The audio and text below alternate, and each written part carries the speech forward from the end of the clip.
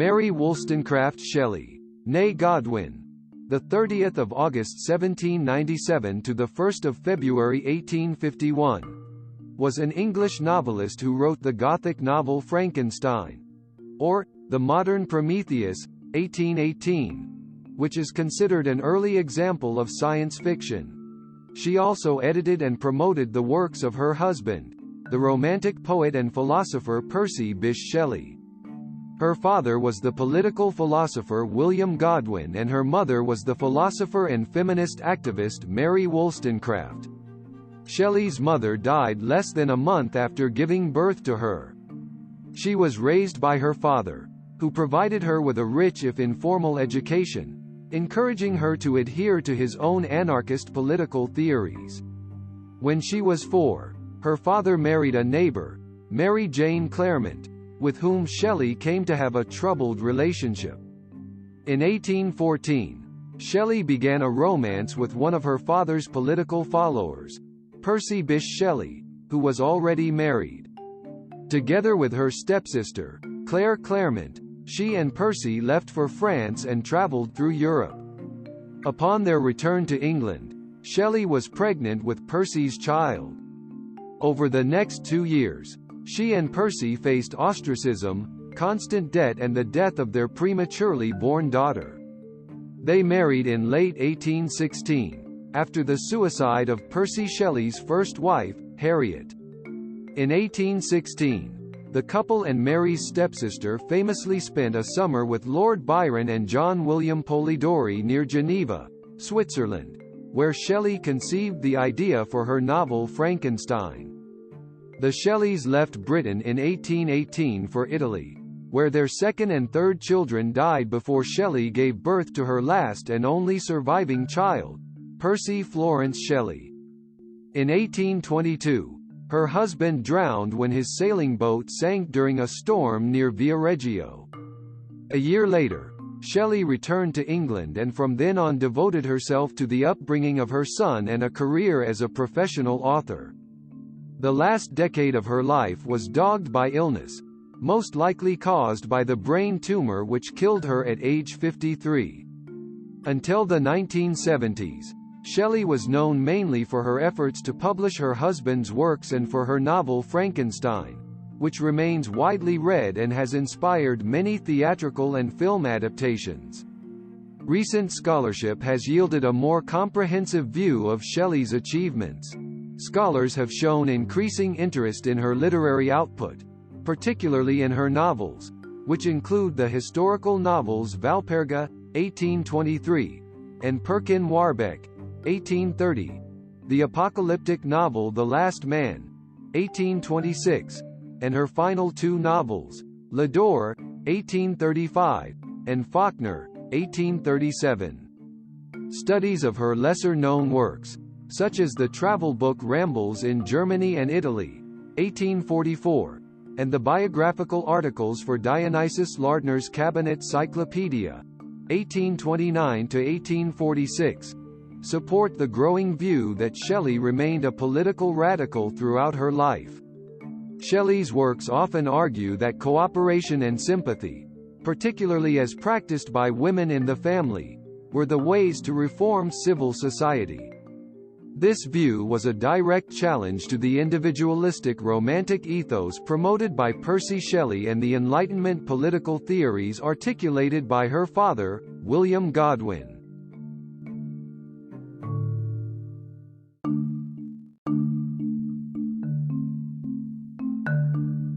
Early life. Mary Shelley was born Mary Wollstonecraft Godwin in Somers Town, London, in 1797. She was the second child of the feminist philosopher, educator and writer Mary Wollstonecraft and the first child of the philosopher, novelist and journalist William Godwin. Wollstonecraft died of puerperal fever shortly after Mary was born. Godwin was left to bring up Mary, along with her older half-sister, Fanny Imlay, Wollstonecraft's child, by the American speculator Gilbert Imlay. A year after Wollstonecraft's death, Godwin published his memoirs of the author of A Vindication of the Rights of Woman, 1798, which he intended as a sincere and compassionate tribute. However, because the memoirs revealed Wollstonecraft's affairs and her illegitimate child, they were seen as shocking. Mary Godwin read these memoirs and her mother's books, and was brought up to cherish her mother's memory. Mary's earliest years were happy. Judging from the letters of William Godwin's housekeeper and nurse, Louisa Jones. But Godwin was often deeply in debt. Feeling that he could not raise the children by himself, he cast about for a second wife. In December 1801, he married Mary Jane Clairmont, a well-educated woman with 2 young children of her own, Charles and Claire. Most of Godwin's friends disliked his new wife, describing her as quick-tempered and quarrelsome.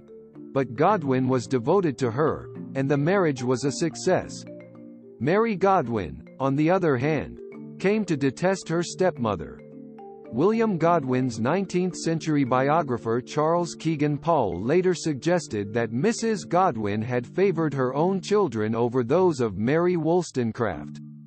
Together, the Godwins started a publishing firm called M.J. Godwin, which sold children's books as well as stationery, maps, and games. However, the business did not turn a profit, and Godwin was forced to borrow substantial sums to keep it going. He continued to borrow to pay off earlier loans, compounding his problems. By 1809, Godwin's business was close to failure, and he was near to despair. Godwin was saved from debtor's prison by philosophical devotees such as Francis Place, who lent him further money. Though Mary Godwin received little formal education, her father tutored her in a broad range of subjects. He often took the children on educational outings, and they had access to his library and to the many intellectuals who visited him, including the Romantic poet Samuel Taylor Coleridge and the former Vice President of the United States Aaron Burr. Godwin admitted he was not educating the children according to Mary Wollstonecraft's philosophy as outlined in works such as A Vindication of the Rights of Woman, 1792. But Mary Godwin nonetheless received an unusual and advanced education for a girl of the time. She had a governess, a daily tutor, and read many of her father's children's books on Roman and Greek history in manuscript. For 6 months in 1811, she also attended a boarding school in Ramsgate. Her father described her at age 15 as singularly bold, somewhat imperious, and active of mind. Her desire of knowledge is great, and her perseverance in everything she undertakes almost invincible. In June 1812, Mary's father sent her to stay with the dissenting family of the radical William Baxter, near Dundee, Scotland. To Baxter, he wrote, "I am anxious that she should be brought up like a philosopher, even like a cynic. Scholars have speculated that she may have been sent away for her health, to remove her from the seamy side of business, or to introduce her to radical politics." Mary Godwin revelled in the spacious surroundings of Baxter's house and in the companionship of his 4 daughters, and she returned north in the summer of 1813 for a further stay of 10 months. In the 1831 introduction to Frankenstein, she recalled, "I wrote then, but in a most commonplace style. It was beneath the trees of the grounds belonging to our house, or on the bleak sides of the woodless mountains near, that my true compositions, the airy flights of my imagination, were born and fostered."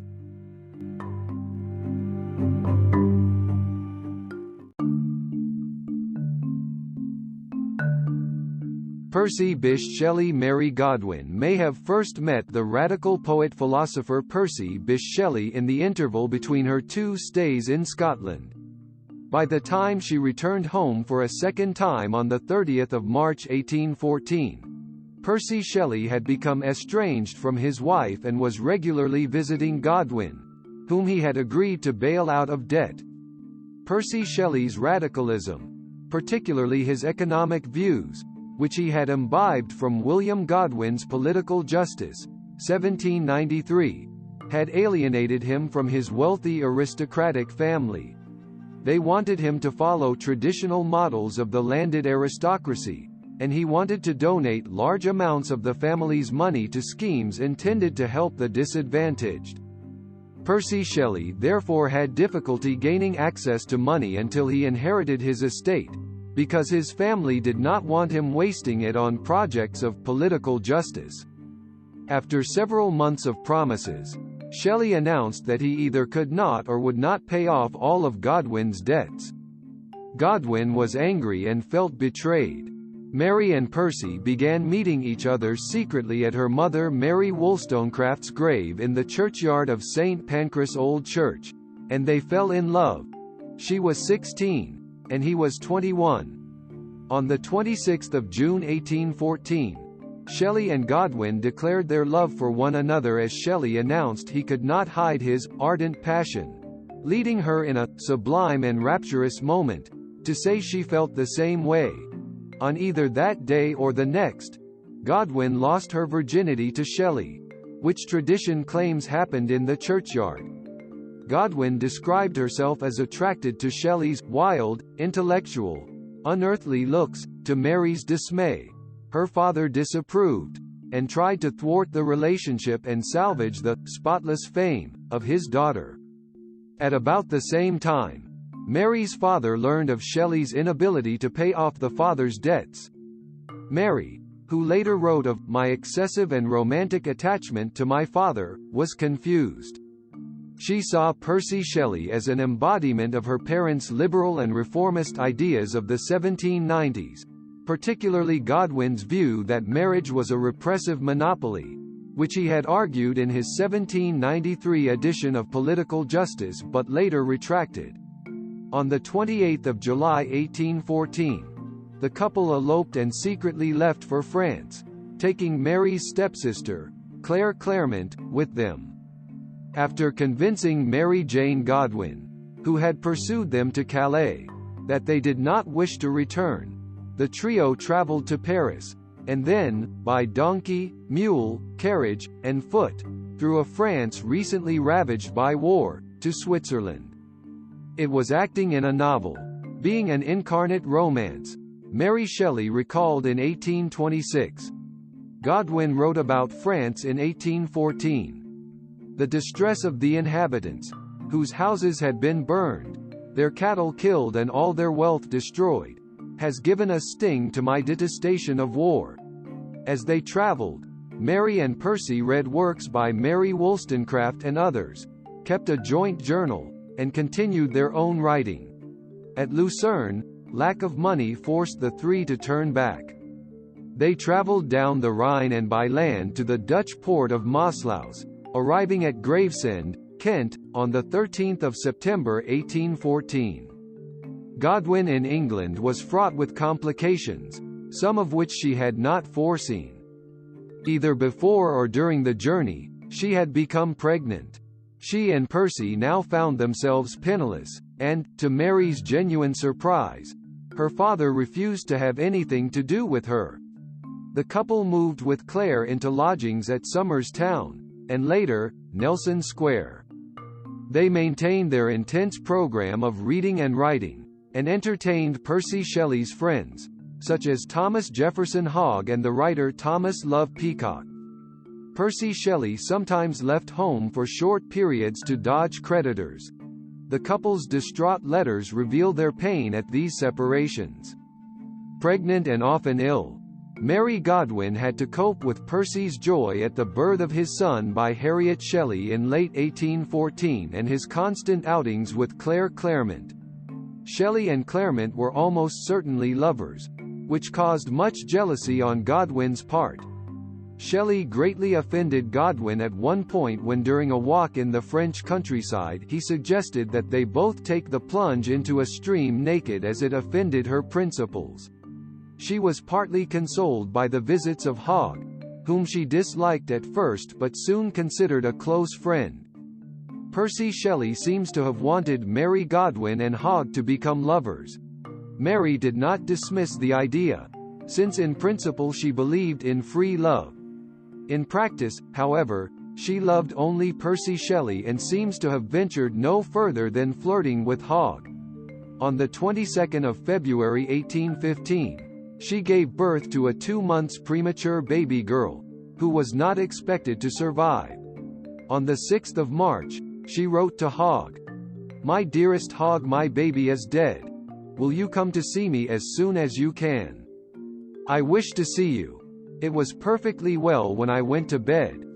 I awoke in the night to give it suck. It appeared to be sleeping so quietly that I would not awake it.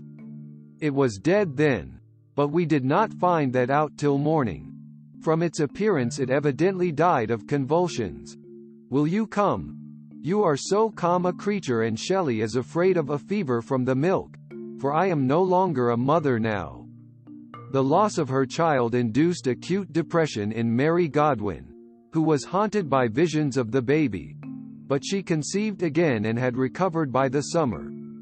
With a revival in Percy Shelley's finances after the death of his grandfather, Sir Bysshe Shelley, the couple holidayed in Torquay and then rented a 2-story cottage at Bishopsgate, on the edge of Windsor Great Park. Little is known about this period in Mary Godwin's life, since her journal from May 1815 to July 1816 is lost. At Bishopsgate, Percy wrote his poem Alistair, or The Spirit of Solitude, and on the 24th of January 1816, Mary gave birth to a second child, William, named after her father, and soon nicknamed Wilmouse. In her novel The Last Man, she later imagined Windsor as a Garden of Eden.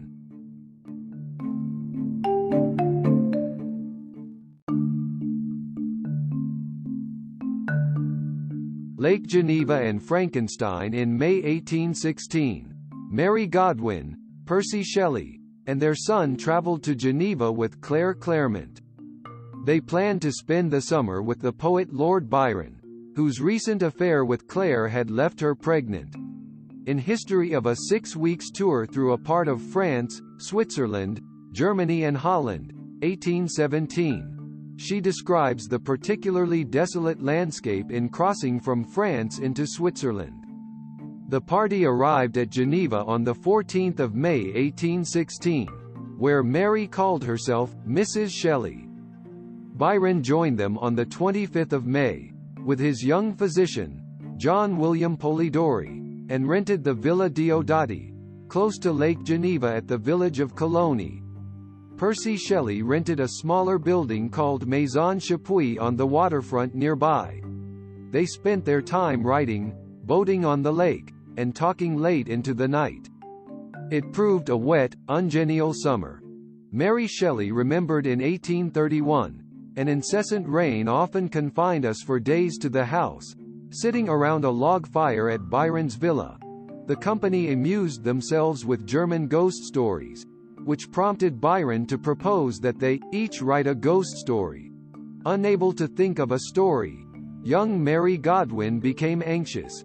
Have you thought of a story? I was asked each morning, and each morning I was forced to reply with a mortifying negative." During one mid-June evening, the discussions turned to the nature of the principle of life. Perhaps a corpse would be reanimated, Mary noted. Galvanism had given token of such things.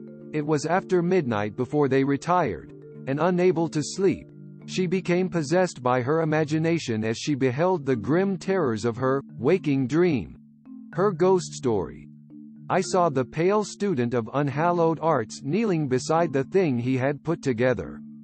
I saw the hideous phantasm of a man stretched out, and then, on the working of some powerful engine, show signs of life, and stir with an uneasy, half-vital motion. Frightful must it be. For supremely frightful would be the effect of any human endeavor to mock the stupendous mechanism of the Creator of the world. She began writing what she assumed would be a short story. With Percy Shelley's encouragement, she expanded this tale into her first novel, Frankenstein, or The Modern Prometheus, published in 1818.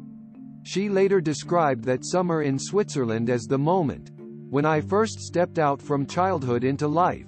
The story of the writing of Frankenstein has been fictionalized several times and formed the basis for a number of films. In September 2011, the astronomer Donald Olson, after a visit to the Lake Geneva villa the previous year, and inspecting data about the motion of the moon and stars, concluded that her waking dream took place between 2 a.m. and 3 a.m., the 16th of June 1816. Several days after the initial idea by Lord Byron that they each write a ghost story.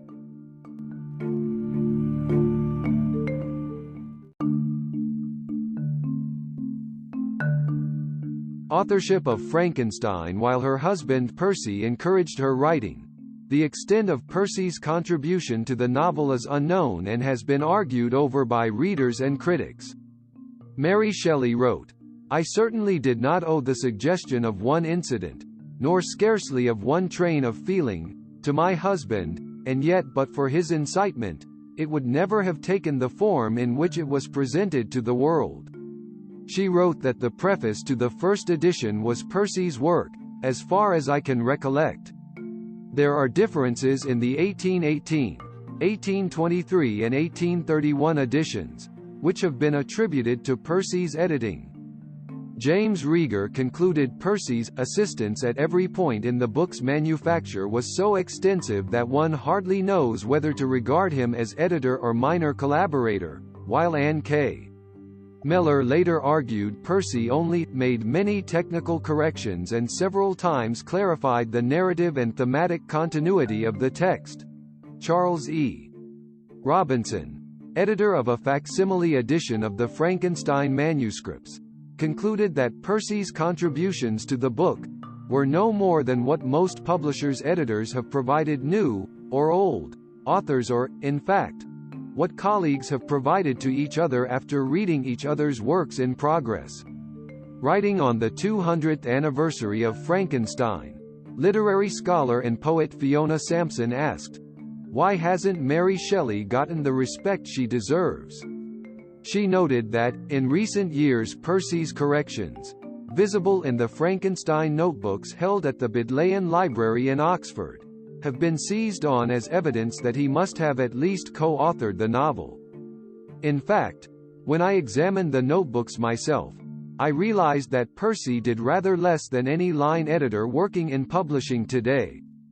Sampson published her findings in Search of Mary Shelley, 2018, one of many biographies written about Shelley.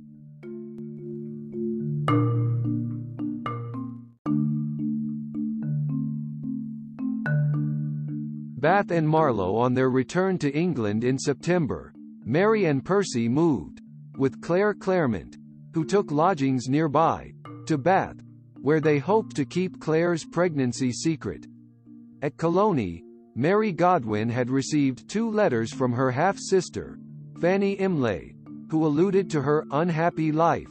On the 9th of October, Fanny wrote an alarming letter from Bristol that sent Percy Shelley racing off to search for her, without success. On the morning of the 10th of October, Fanny Imlay was found dead in a room at a Swansea inn, along with a suicide note and a laudanum bottle. On the 10th of December, Percy Shelley's wife, Harriet, was discovered drowned in the Serpentine, a lake in Hyde Park, London. Both suicides were hushed up. Harriet's family obstructed Percy Shelley's efforts, fully supported by Mary Godwin, to assume custody of his 2 children by Harriet. His lawyers advised him to improve his case by marrying. So he and Mary, who was pregnant again, married on the 30th of December 1816 at St. Mildred's Church, Bread Street, London. Mr. and Mrs. Godwin were present and the marriage ended the family rift. Claire Clairmont gave birth to a baby girl on the 13th of January, at first called Alba, later Allegra. In March of that year, the Chancery Court ruled Percy Shelley morally unfit to assume custody of his children and later placed them with a clergyman's family. Also in March, the Shelleys moved with Claire and Alba to Albion House at Marlow, Buckinghamshire, a large, damp building on the River Thames. There Mary Shelley gave birth to her third child, Clara, on the 2nd of September. At Marlow, they entertained their new friends Marianne and Leigh Hunt, worked hard at their writing, and often discussed politics. Early in the summer of 1817, Mary Shelley finished Frankenstein, which was published anonymously in January 1818. Reviewers and readers assumed that Percy Shelley was the author, since the book was published with his preface and dedicated to his political hero William Godwin. At Marlow, Mary edited the joint journal of the group's 1814 continental journey, adding material written in Switzerland in 1816, along with Percy's poem, Mont Blanc. The result was the history of a 6-week tour, published in November 1817. That autumn, Percy Shelley often lived away from home in London to evade creditors. The threat of a debtor's prison, combined with their ill health and fears of losing custody of their children, contributed to the couple's decision to leave England for Italy on 12 March 1818, taking Claire Clairmont and Alba with them. They had no intention of returning.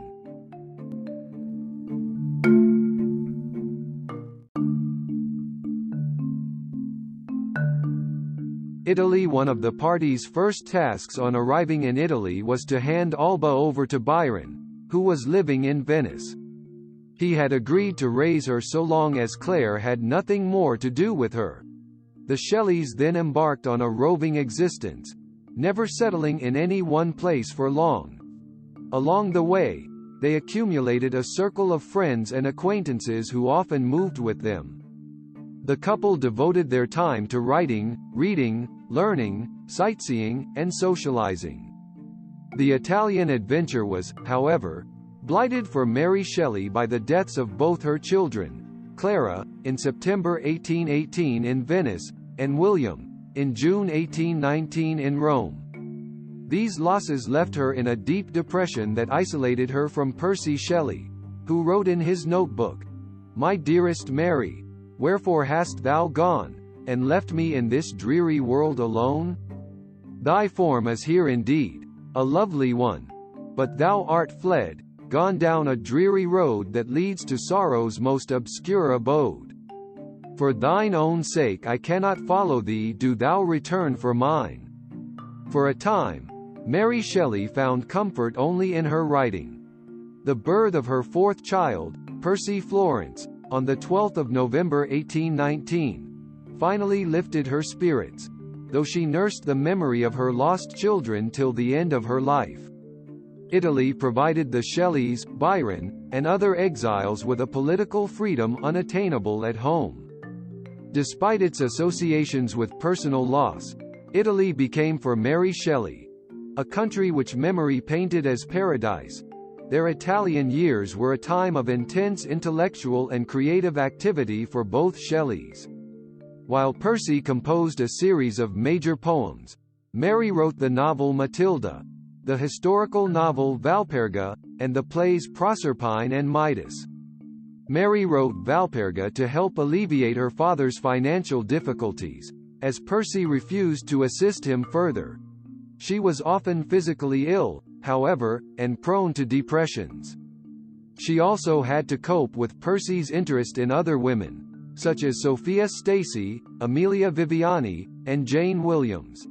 Since Mary Shelley shared his belief in the non-exclusivity of marriage, she formed emotional ties of her own among the men and women of their circle. She became particularly fond of the Greek revolutionary prince Alexandros Mavrokordatos and of Jane and Edward Williams. In December 1818, the Shelleys traveled south with Claire Clairmont and their servants to Naples, where they stayed for 3 months, receiving only one visitor, a physician. In 1820, they found themselves plagued by accusations and threats from Paolo and Elise Foggy, former servants whom Percy Shelley had dismissed in Naples shortly after the Foggas had married.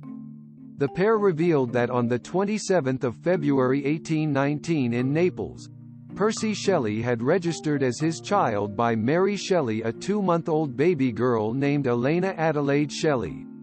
The Fagus also claimed that Claire Clairmont was the baby's mother. Biographers have offered various interpretations of these events.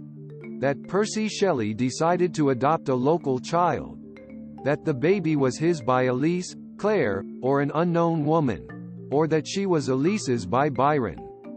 Mary Shelley insisted she would have known if Claire had been pregnant, but it is unclear how much she really knew. The events in Naples, a city Mary Shelley later called a paradise inhabited by devils, remain shrouded in mystery. The only certainty is that she herself was not the child's mother. Elena Adelaide Shelley died in Naples on 9 June 1820. After leaving Naples, the Shelleys settled in Rome, the city where her husband wrote, where the meanest streets were strewed with truncated columns, broken capitals, and sparkling fragments of granite or porphyry. The voice of dead time, in still vibrations, is breathed from these dumb things, animated and glorified as they were by man. Rome inspired her to begin writing the unfinished novel Valerius, the reanimated Roman, where the eponymous hero resists the decay of Rome and the machinations of superstitious Catholicism. The writing of her novel was broken off when her son William died of malaria.